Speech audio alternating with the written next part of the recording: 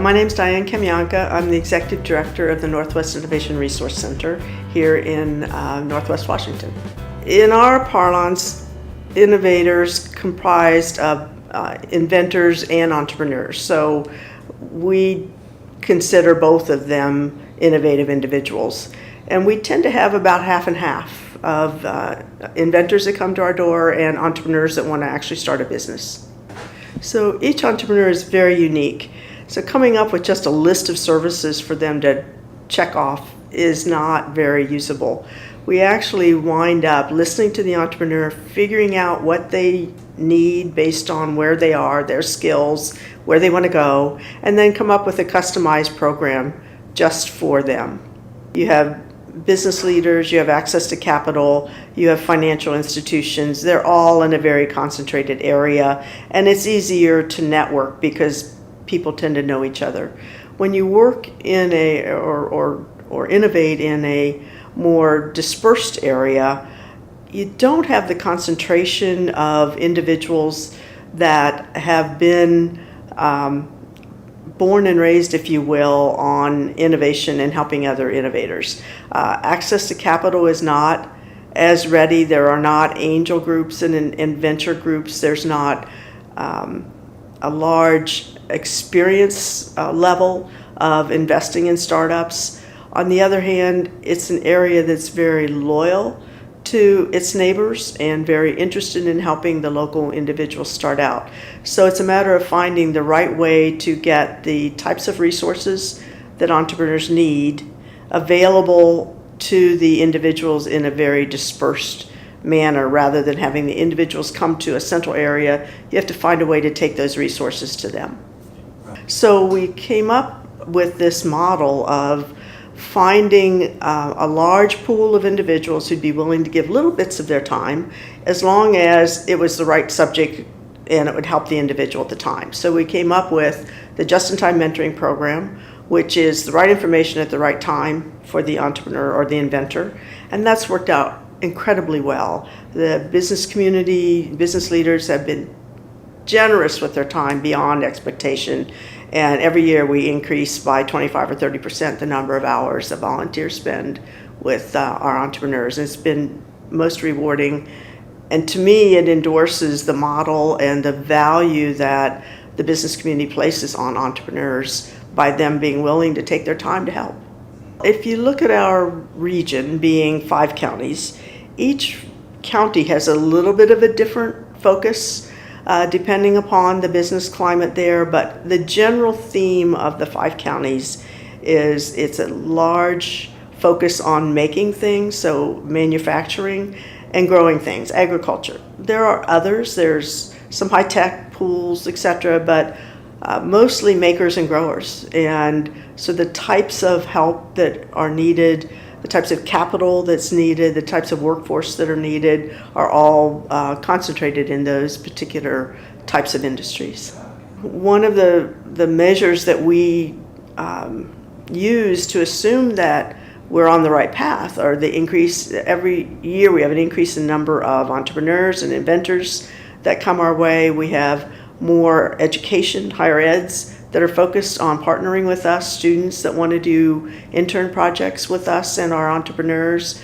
We also have government groups, both local, city, county, that are very interested in supporting what we're doing because they see the benefit of it to their community.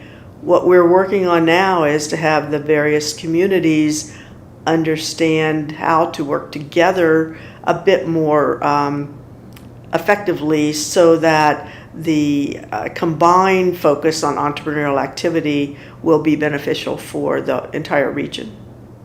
The biggest challenge when we got started, and is somewhat still there, but diminishing at an increasing pace, I would say, so just the lack of insight, real, not just textbook knowledge, but feeling it in your bones what it's like to be an entrepreneur and what it takes for an entrepreneur to succeed.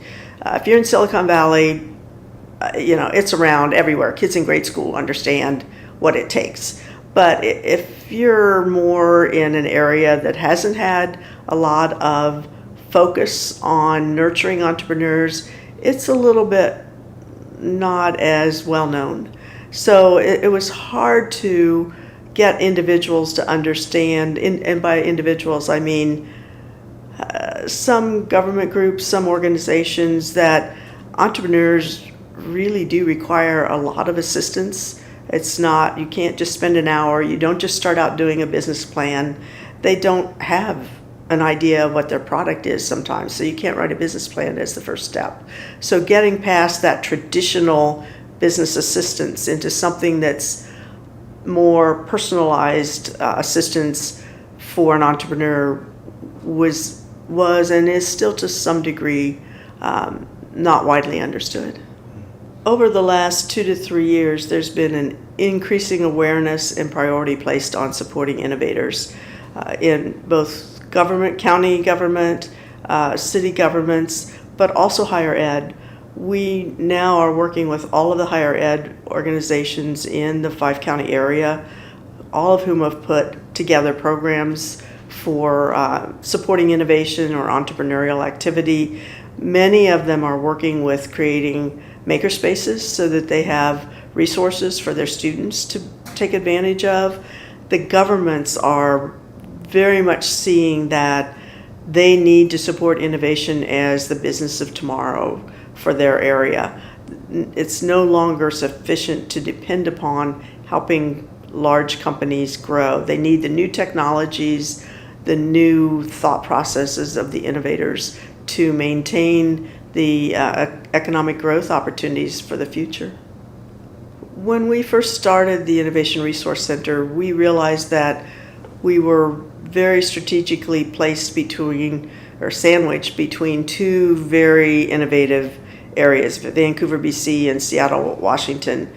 But in our area, there was no organization helping entrepreneurs or inventors. We decided that it would be better to really look at the region as a whole than any individual, to get the concentration of focus and resources that entrepreneurs would need. So by being able to call upon business leaders, mentors, educational institutions throughout the 5-county area to help any one entrepreneur within there, it grows a bigger focus and bigger impact so that every individual region within that 5-county area can benefit from it, as opposed to saying you would work only with the limited resources in one city or in one county. There's just not enough of mass or variety to help all the different types of innovators that might show up in that little geographic area. Over the last couple of years, the types of entrepreneurs and potential startups and inventors we've seen are ones that are have much more elaborate opportunities, I'll call it, ones of greater depth, individuals that range from people starting something in their garage to having very sophisticated innovations of technology. And I think that's a sign that people are willing to step up and take advantage and pursue their idea, whereas before they may not have felt that the support was there to help them and they would have just left their product on the shelf.